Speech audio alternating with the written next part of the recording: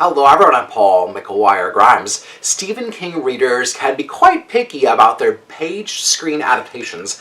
The new documentary, King on Screen, dives into some of the many classics adaptations that have stood the test of time. It will be in theaters August 11th, and then will be on demand and on Blu-ray September 8th, and I want to talk about it. This is Paul's trip to the movies.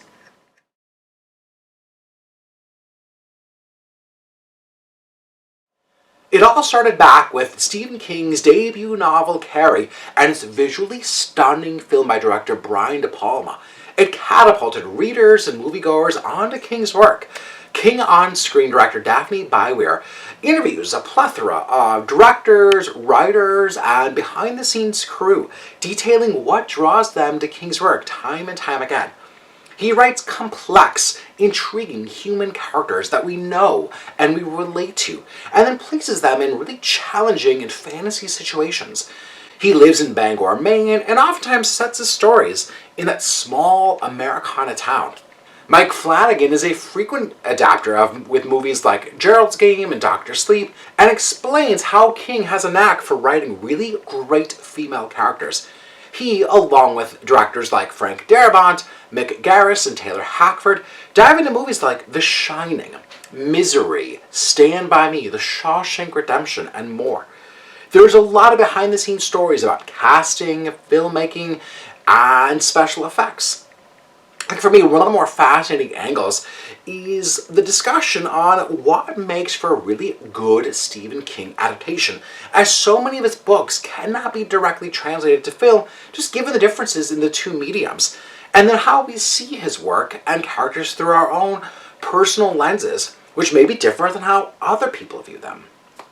You know, The Shining is a really great example of this, just given the drastic changes that Stanley Kubrick made to King's story and the differences in storytelling that they both had, and they detail that in this documentary. Mick Flanagan then discusses the challenges behind making Dr. Sleep, given that he felt compelled to make The Shining sequel closer connected to Stanley Kubrick's movie, and then King's story, just given that that is more ingrained in our culture than the book. Now, the documentary is oddly bookended with this simple fictional story about a young girl named Nona who has stepped into Stephen King's world. The TV is playing The Running Man, Cujo the dog walks behind her on the sidewalk, and then she steps into the Needful Things store. It just seems completely unnecessary given that there's no real connection or then callback to it throughout the documentary. The majority of this is a really insightful watch for those who may be new into stepping into Stephen King's world. Now, as a lifelong reader and someone who's watched his movies, the behind-the-scenes special features, and other horror documentaries, I did come away with this with a lot of new information. Now, that being said, though, it never hurts to re-examine and analyze his work time and time again. As it's pointed out, his stories are timeless, which speaks to why there are just so many iterations out there, and all the recent remakes of those movies like Pet Sematary, Carrie, Firestarter, The Stand, and so many more. There will always be new filmmakers with their vision and love of the King of Horror, just itching for their shot at being the next great adapter of his work. I'm giving King on Screen 3 out of 5 ticket stubs. If you like my review today, click subscribe on my YouTube channel. I have reviews of other Stephen King movies that you see here. So follow my website, follow my YouTube channel, Paul's Trip to Movies, and follow me on social media at Paul's Movie Trip. I'd love to hear from you. Leave me a comment. What have been some of your favorite Stephen King adaptations? These are some of mine in my collection. I own a lot of his movies, as you could probably tell. He is my favorite author. If you have a favorite book, let me know too.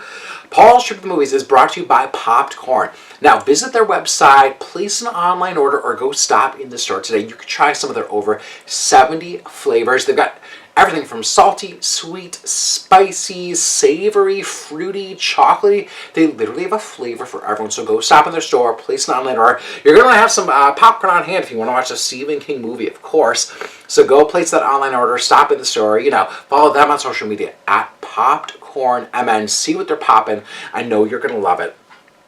Paul's Trip to the Movies is also brought to you by Imagine Theaters. There are some really great movies in theaters right now, whether you want to see Teenage Mutant Ninja Turtles, Barbie, Oppenheimer, Theater Camp, Haunted Mansion. There's literally something for everyone in theaters right now. So go follow them on social media at Imagine MN. You can get tickets online, through the app, or just step in the theater say, ooh, and tickets are on sale for my movie series, Paul McGuire Grimes Presents. You can find it in the app, the website, coming up August 27th. I'm going to be showing Martin Scorsese's masterpiece, Taxi Driver. Then in September, it's The Breakfast Club. And then in October, I'm going to be showing Zodiac. So get your tickets today. I'm going to be doing a talkback afterwards. It's been so much fun showing these movies, listening to the audience, seeing what they have to say. Why do they love these movies as much as I do as well? So I know you're going to want to be there. Full of them on social media, like I said, at ImagineMN, and get tickets today before they sell out.